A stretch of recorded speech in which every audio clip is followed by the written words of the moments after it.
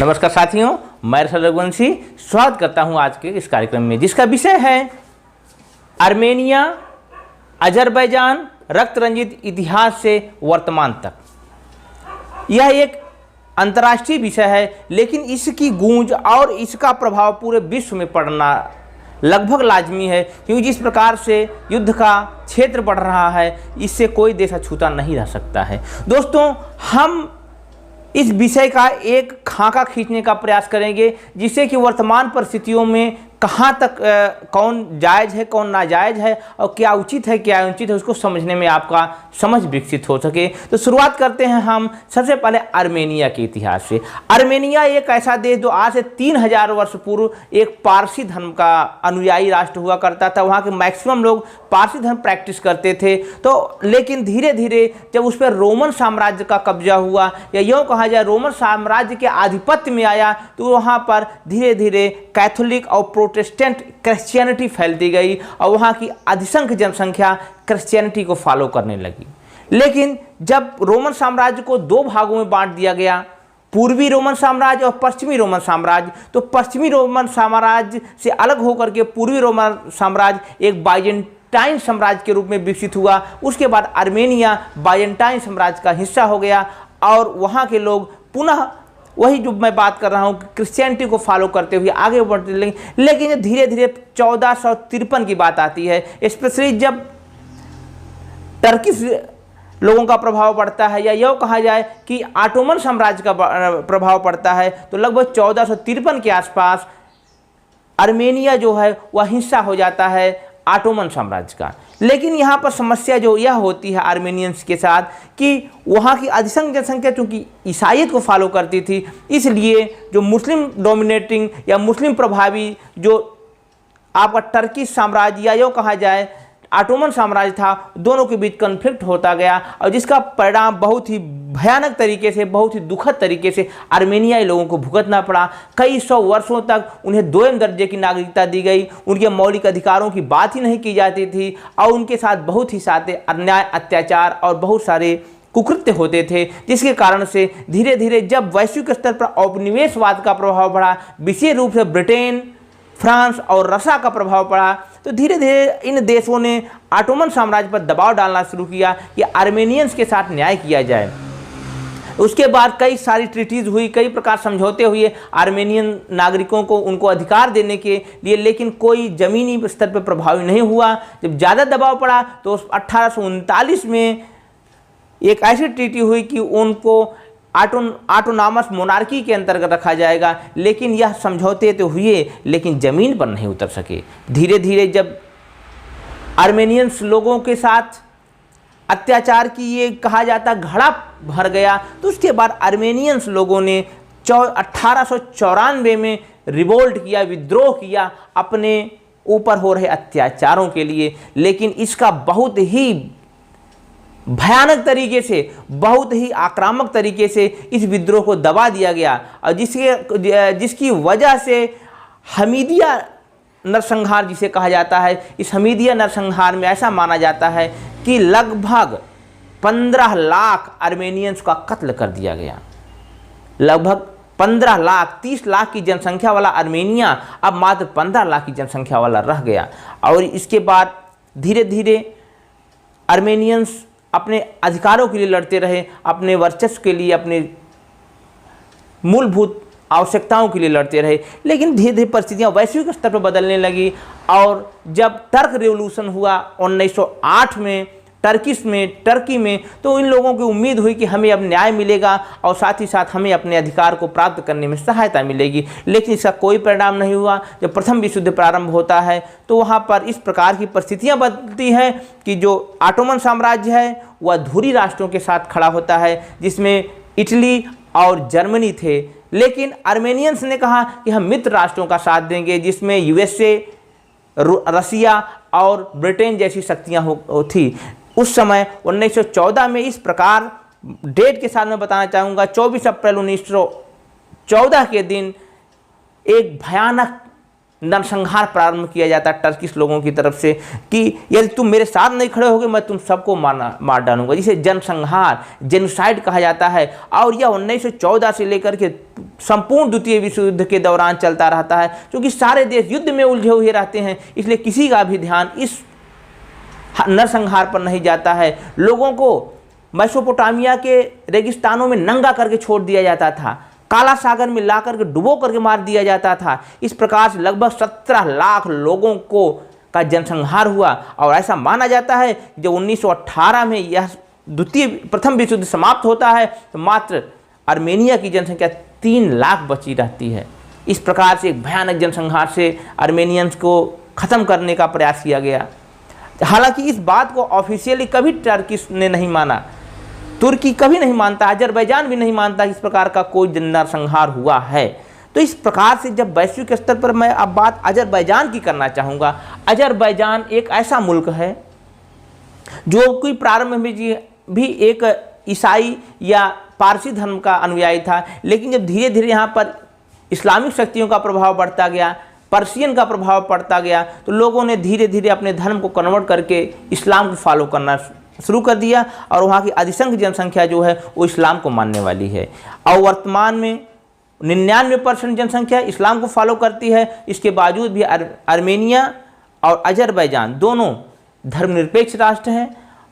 लेकिन जब इन दोनों के बीच इस प्रकार के विरोधाभासी बातें उत्पन्न हो जाती हैं तो आपस में कॉन्फ्लिक्ट पैदा होता है। और 1920 में 1920 में स्टालिन के रूस ने इन दोनों देशों को अधिग्रहित कर लिया और तथाकथित जिसे USSR कहा जाता है या सोवियत संघ कहा जाता है उसका ये दोनों पार्ट हो गए। और उस बीच जो नागार्नो काराबाख की जो बात की जाती है, यह एरिया हालांकि आर्मेनियन मुल्क के लोगों से भरा पड़ा है। यहाँ की 1.5 लाख जनसंख्या जो है आर्मेनियन मुल्क की है और इसका पूरा क्षेत्रफल देखा जाए तो 4400 स्क्वायर किलोमीटर है। आप रफली समझ लें कि हमारे हरियाणा राज्य के इतना यहाँ की एरिया है। तो उसके बाद क्या हुआ इसमें कि जब रशियन प्रभाव पड़ने लगा तो इस क्षेत्र को लेकर के अजरबैजान और आर्मेनिया के भी लगातार विवाद बढ़ता चला गया। तो स्टालिन ने एक समझौता कराया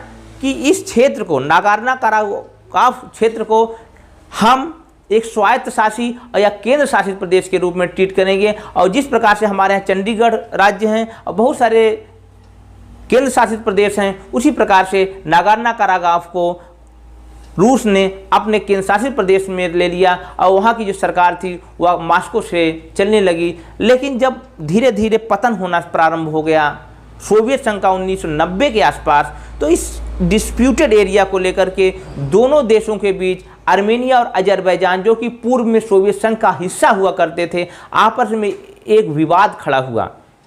लेकिन जब USSR वहाँ से हटने लगा, वहाँ से इन एरियाओं को छोड़ने लगा, इन जगहों को छोड़ने लगा, तो उसने ऑफिशियली रूप से आधिकारिक रूप से नागार्नो काराबाख को उन्होंने दे दिया अजरबैजान को। लेकिन उसके इसी बीच वहाँ की संसद ने एक विधेयक पारित करके स्वतः को अपने एरिया को अपनी जगह को आर्मेनिया का हिस्सा बता दिया। यहाँ से डिस्प्यूट प्रारंभ होता है। हालांकि इस रिजोल्यूशन को किसी ने नहीं माना कि नागार्नो काराबाख जो है वह आर्मेनिया का हिस्सा है, क्योंकि वहाँ की अधिसंख्य जनसंख्या आर्मेनियाई मूल की है। अब इसको लेकर के भयानक विवाद होना प्रारंभ हो गया और लगातार अजरबैजान उस पर अपना कब्जा दिखाने लगा। लेकिन वहाँ की जो प्रशासित सरकार थी वह कहीं न कहीं आर्मेनिया के साथ थी, आर्मेनिया के प्रभाव में थी। अब इसको लेकर के 1990 से लेकर के एक भयानक डिस्प्यूट प्रारंभ हुआ और 92 से लेकर के 94 तक 94 तक एक भयानक युद्ध इन दोनों देशों के बीच हुआ, जिसमें लगभग 30,000 लोगों को अपनी जान गंवानी पड़ी और 5 लाख से ज़्यादा लोगों को विस्थापन का दंश झेलना पड़ा। इस प्रकार से इस डिस्प्यूटेड टेरिटरी को लेकर के एक बार फिर मॉस्को आगे आता है, रूस आगे आता है, दोनों में समझौता करवाता है। और जो हमारा यूनाइटेड नेशन है, जो संयुक्त राष्ट्र संघ है, उसने एक रेजोल्यूशन के माध्यम से इस एरिया को, नागार्नो काराबाख एरिया को ऑफिशियली अजरबैजान का मान लिया। लेकिन वहाँ की जनसंख्या, वहाँ के लोगों ने एक जनमत संग्रह के माध्यम से अपने आप को दोबारा आर्मेनिया का हिस्सा घोषित कर दिया। इस बात को लेकर के काफ़ी कॉन्फ्लिक्ट होना चला हुआ और धीरे धीरे वहाँ के एक सरकार का विकास हुआ। वहाँ की एक सरकार विकसित हुई जो उस एरिया को, उस क्षेत्र को अपने हिसाब से चलाने का प्रयास करती है, लेकिन उसमें तरह तरह के खेल खेले जाते हैं। आज जो वर्तमान की स्थिति हम बात की जाए, 2016 में भी इन दोनों देशों के बीच एक कॉन्फ्लिक्ट हुआ था, एक युद्ध हुआ था, लेकिन वह इतना व्यापक नहीं हुआ था कि उसका बहुत ज़्यादा समर्थन विश्व के स्तर पर हो जाए। लेकिन वर्तमान की अगर बात की जाए तो अजरबैजान के जो राष्ट्रपति हैं अलीएव, वह एक कहा जाए तो कहने के लिए तो अजरबैजान जो है वह डेमोक्रेटिक रिपब्लिक ऑफ अजरबैजान है, लेकिन वहाँ पर अलीएव के परिवार का पूरा कब्जा है। इनके पिताजी वहाँ के राष्ट्रपति हुआ करते थे। 2003 से अलीएव जी वहाँ के राष्ट्रपति हैं और अभी हाल ही में वहाँ पर संसद ने एक विधेयक पारित किया। ये 35 राष्ट्रपति होने की उम्र को 35 साल से घटाकर 18 साल कर दिया गया। इससे यह अंदाज़ा लगाया जा रहा है कि 2025 में अलीएव के लड़के जब 18 साल के हो जाएंगे तो उनका राष्ट्रपति बनने का रास्ता साफ हो जाएगा। और दूसरी बात, यदि लोकतंत्र की बात की जाए तो वैश्विक लोकतंत्र सूचकांक में 168 देशों में अजरबैजान का स्थान 147वां है। तो आप समझ सकते हैं कि वहाँ की डेमोक्रेसी कितनी फ्रूटफुल है और कितनी इफेक्टिव, कितनी लोगों को मानने वाली है। अभी इस वर्तमान यदि कॉन्फ्लिक्ट की बात की जाए तो यह जुलाई से प्रारंभ होता है। वहाँ की जनता में अचानक रिवोल्ट होता है, लोगों ने एक भारी भड़कम जुलूस निकालते हैं जो कि वहाँ की पार्लियामेंट में भी घुस जाती है। उनका कहना है कि नागोर्नो काराबाख को आप आज़ाद कराइए और इसको हमारा जो ऑफिशियल स्टेटस है हमारे अधिग्रहित करके हमारे कब्जे में लाया जाए। लेकिन अब एक ऐसा देश जहां पर 147वीं रैंक जिसकी है, वहां कितना डेमोक्रेटिक रूप से इसका विरोध हो सकता है, आप समझ सकते हैं लोगों द्वारा।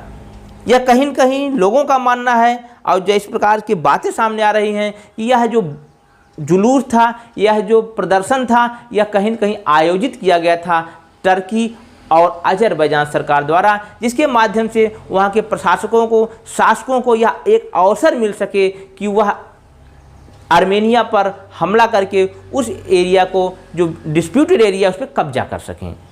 लेकिन इसके पीछे एक और कहानी है दोस्तों कि वहाँ पर लगातार असंतुष्टि होती जा रही है। लोग काफ़ी परेशान हैं वहाँ के लोगों से, वहाँ के राष्ट्रपति महोदय से, क्योंकि वहाँ की जो अर्थव्यवस्था है लगातार गिर रही है। आपने देखा होगा कच्चे तेल का दाम बहुत तेज़ी से गिरा पिछले दिनों।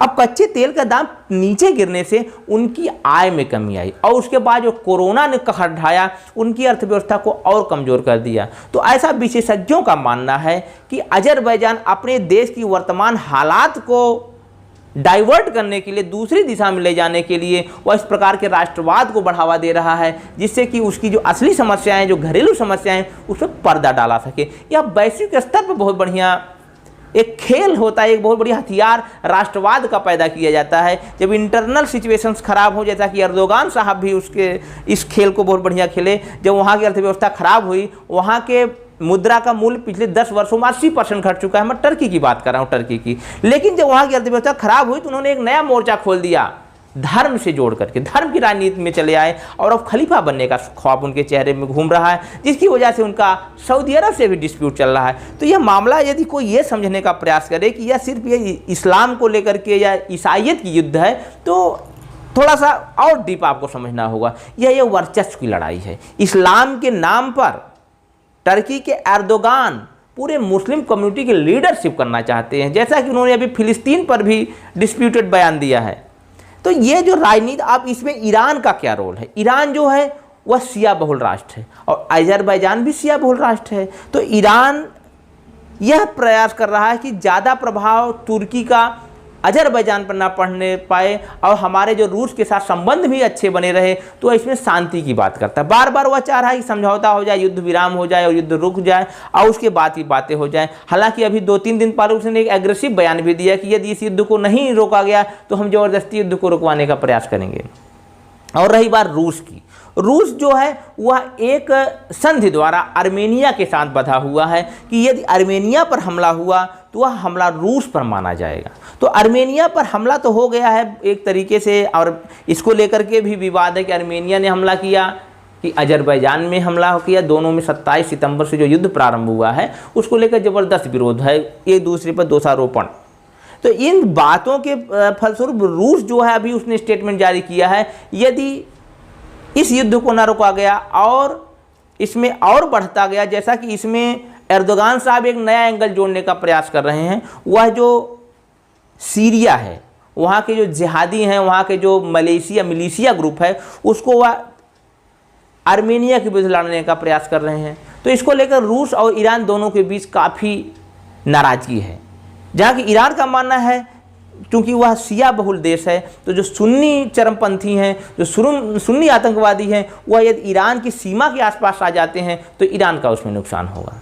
और इसके बाद रूस चूँकि चेचन्या को लेकर के काफ़ी सेंसिटिव रहता है, तो उसे यह बात का डर है कि कहीं ऐसा ना हो कि यही चरमपंथी, यही मुजाहिदीन जिन्हें कहा जाता है, या फिर यही जो मिलिशिया ग्रुप है, वह उनके डिस्प्यूटेड एरिया में चेचन्या में जाकर के ना आतंकवाद पैदा कर दे, समस्या पैदा कर दे। तो इन दोनों देशों ने भी आपस में मिल करके इसका विरोध किया है, और रूस ने तो यहाँ तक कह दिया युद्ध नहीं रोका गया तो मैं रोकूंगा। तो जो कलेक्टिव ट्रीटी सिक्योरिटी ऑर्गेनाइजेशन रूस ने बनाया हुआ है आर्मेनिया के साथ, उसी का सहारा लेकर के वह आर्मेनिया का सपोर्ट करना चाहता है। लेकिन रूस के साथ समस्या यह है कि उसके संबंध जो हैं वो अजरबैजान से बहुत अच्छे हैं।